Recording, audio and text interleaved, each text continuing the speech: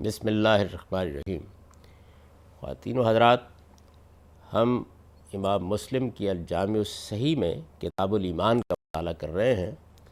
اس میں سیدنا ابو ہریرہ رضی اللہ عنہ کی روایت زیر بحث ہے۔ وہ یہ کہتے ہیں کہ قال رسول اللہ صلی اللہ علیہ وسلم اثنتان فی الناس ہما بہم کفر الطعن فی النسب والنیاحۃ علی المیت، کہ رسول اللہ صلی اللہ علیہ وسلم نے فرمایا لوگوں میں دو چیزیں ایسی ہیں جو ابھی تک کفر کی حالت میں جو کچھ ان کے حالات تھے انہی کی پیروی میں چلی آ رہی ہیں۔ انسان جب دین کو اختیار کرتا ہے، اللہ کی ہدایت سے فیض یاب ہوتا ہے، تو ظاہر ہے کہ اس سے پہلے اگر وہ کسی دین کو مانتا رہا ہے، اس کی طبیعت کے کوئی تقاضے رہے ہیں، اس کا کوئی تمدن رہا ہے، اس نے کسی تہذیب میں پرورش پائی ہے، اس کے کوئی عقائد اور کوئی نظریات رہے ہیں، اس نے اپنے آپ کو کچھ عادات کا پابند کیے رکھا ہے، تو وہ آسانی سے چھوٹ نہیں جاتی۔ جو لوگ نبی صلی اللہ علیہ وسلم کی دعوت کے نتیجے میں مسلمان ہوئے، انہوں نے اخلاص کے ساتھ اسلام قبول کیا، لیکن ان میں ہر درجے کے لوگ تھے۔ وہ بھی تھے کہ جو دین میں آئے اور انہوں نے گویا اس کو نور علی نور کے طریقے کے اوپر، روشنی پر روشنی کے طریقے کے اوپر قبول کیا۔ فطرت میں جو نور اللہ نے ودیت کر رکھا تھا وہ اس کی پہلے ہی قدر کر رہے تھے۔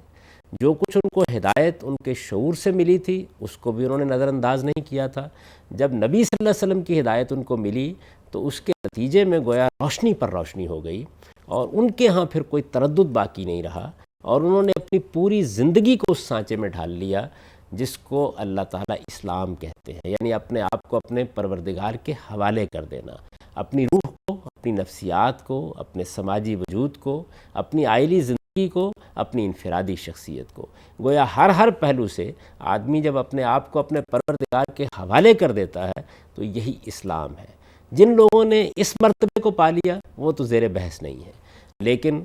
ان میں ضعفاء بھی تھے، ایسے لوگ بھی تھے کہ جنہوں نے اسلام قبول کیا لیکن ابھی اپنی پوری تربیت نہیں کر سکے تھے۔ تو اس کی طرف اشارہ کرتے ہوئے رسالت مآب صلی اللہ علیہ وسلم نے یہاں یہ فرمایا کہ لوگ اگرچہ اسلام میں آ چکے ہیں، انہوں نے دین قبول کر لیا ہے، اللہ کی ہدایت سے بہرہ یاب ہو گئے ہیں، لیکن دو چیزیں ایسی ہیں کہ جن میں ابھی کفر کی باقی ہیں۔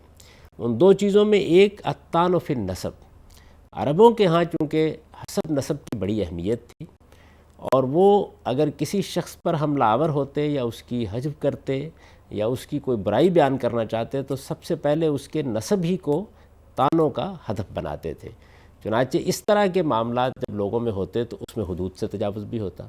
اگر یہ فی الواقع درست تھا کہ کسی کے نسب میں کوئی اختلاط ہے تو اسلام یہی چاہتا تھا کہ اب اس کو موضوع نہ بنایا جائے، اور اگر ایسا نہیں تھا تو ظاہر ہے کہ یہ ایک بہتان اور ایک تہمت بن جاتی ہے۔ دونوں چیزوں کو کفر کی علامت قرار دیا گیا، یعنی رسالت مآب صلی اللہ علیہ وسلم نے یہ فرمایا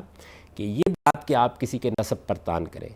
کسی کے باپ پر، کسی کی ماں پر طعن کریں اور اس طرح اس کے نسب کو مشتبہ کرنے یا مشتبہ ٹھہرانے کی کوشش کریں، تو یہ چیز اسلام کے منافی ہے۔ مسلمان کا یہ کام نہیں ہے کہ وہ اس طرح کے طعن لوگوں پر توڑے، مسلمان کا یہ کام نہیں ہے کہ وہ اس طرح کی چیزوں کو معاشرے میں اچھالے، مسلمان کا یہ کام نہیں ہے کہ وہ کسی کے ساتھ اگر الجھ پڑے، اس کا کسی کے ساتھ جھگڑا ہو جائے، کوئی اختلاف ہو جائے تو وہ بات کو یہاں تک پہنچا دے۔ مسلمان ایک دوسرے کی عزت کرتے ہیں، ایک دوسرے کا احترام کرتے ہیں، اور اگر انہیں اختلاف بھی ہوتا ہے تو یہ نہایت محبت کے ساتھ اور نہایت احترام کے جذبات کے ساتھ ہوتا ہے۔ چنانچہ فرمایا کہ اگر کوئی آدمی کسی کے نسب میں طعن کرتا ہے یا اس کی ماں پر یا اس کے باپ پر اس نوعیت کا کوئی الزام لگاتا ہے جس سے ان کا کردار مشتبہ سمجھا جائے، تو یہ چیز اللہ کے نزدیک اسلام اور اسلامی روایات کے منافی قرار پائی جائے گی۔ یہ کفر کی ایک حالت ہے جس میں آدمی ابھی تک اپنے آپ کو مبتلا کیے ہوئے ہے،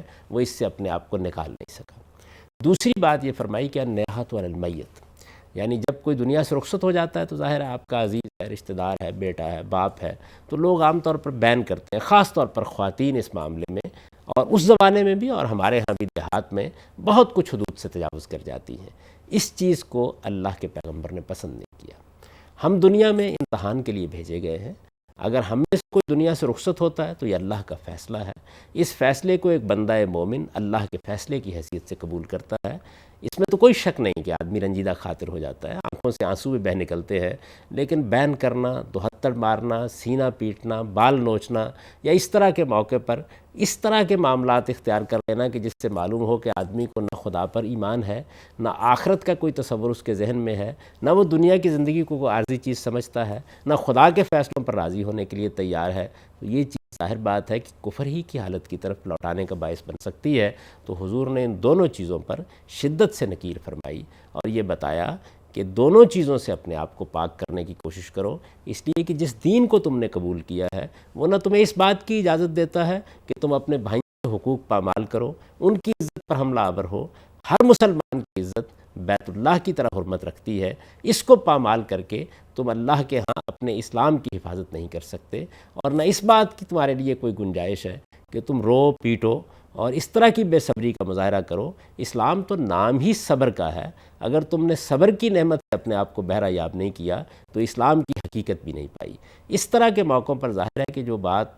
اس اسلوب میں کہی جاتی ہے اس سے مقصود یہ ہوتا ہے کہ ایک مسلمان کے کردار میں اور ایک کافر کے کردار میں، ایک منکر کے کردار میں واضح فرق ہونا چاہیے۔ وہ آدمی جو اللہ کو نہیں مانتا، آخرت پر ایمان نہیں رکھتا، وہ اگر جزا فضا کرے، وہ اگر روئے پیٹے تو بات سمجھ میں آتی ہے، لیکن ایک مسلمان جس کو یہ معلوم ہے کہ اس دنیا سے آنکھیں بند ہونے کے بعد ایک دوسری دنیا کی ابتدا ہو رہی ہے، اس کو ایک دن اپنے پروردگار کے حضور میں جانا ہے، اس کے جو بھائی بیٹے دنیا سے رخصت ہو رہے ہیں ان سب کے ساتھ اس کی ملاقات ہونی ہے، تو پھر اس کی ساری توجہ ایمان اور عمل صالح کی طرف ہوتی ہے۔ وہ اس طرح کی چیزوں میں ایسی بے صبری کا مظاہرہ نہیں کرتا۔ تو ان دونوں چیزوں کے بارے میں نہایت شدت کے ساتھ حضور نے توجہ دلائی اور لوگوں کو یہ بتایا کہ یہ دونوں چیزیں کفر کی چیزیں ہیں، اسلام کے ساتھ یہ دونوں چیزیں نہیں نبھ سکتیں، اس لیے اپنے اندر سے ان کو ختم کرنے کی کوشش کرو، اپنے لیے صبر ہی کو اصل بدرقہ بناؤ۔ صبر ہی کے ساتھ اچھی زندگی بسر ہوتی ہے، صبر ہی اسلام کی حقیقت ہے۔ چنانچہ ایک مقام پر قرآن مجید نے بھی یہ ارشاد فرمایا ہے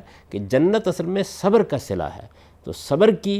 ایک ناگزیر پہلو یہ ہے کہ آدمی موت پر، زندگی پر، اس طرح کی مصیبتوں اور تکلیفوں پر یہ کہہ کے اپنے آپ کو اپنے پروردگار کے سپرد کر دے کہ انا للہ و انا الیہ راجعون، ہم اللہ ہی کے لیے ہیں اور ہم کو ایک دن اپنے پروردگاری کی طرف لوٹنا ہے۔ بے صبری کے ساتھ، جزا فضا کے ساتھ اور اس نوعیت کی حرکتیں کر کے اگر وہ اپنے پروردگار کے حضور میں اپنے آپ کو پیش کرتا ہے تو گویا ایک منکر کی حیثیت سے پیش کرتا ہے، پھر وہ اسلام کی حقیقت سے واقف نہیں ہے، اور اسلام کی حقیقت کو اگر اس نے نہیں سمجھا تو محض اسلام قبول کر لینے سے اللہ کے ہاں اس کا یہ عمل کوئی وقت اختیار نہیں کر سکے گا۔ ان دونوں باتوں کے بارے میں اس روایت میں نبی صلی اللہ علیہ وسلم نے ہم کو متنبہ کیا۔ وآخر دعوانا الحمدللہ رب العالمین۔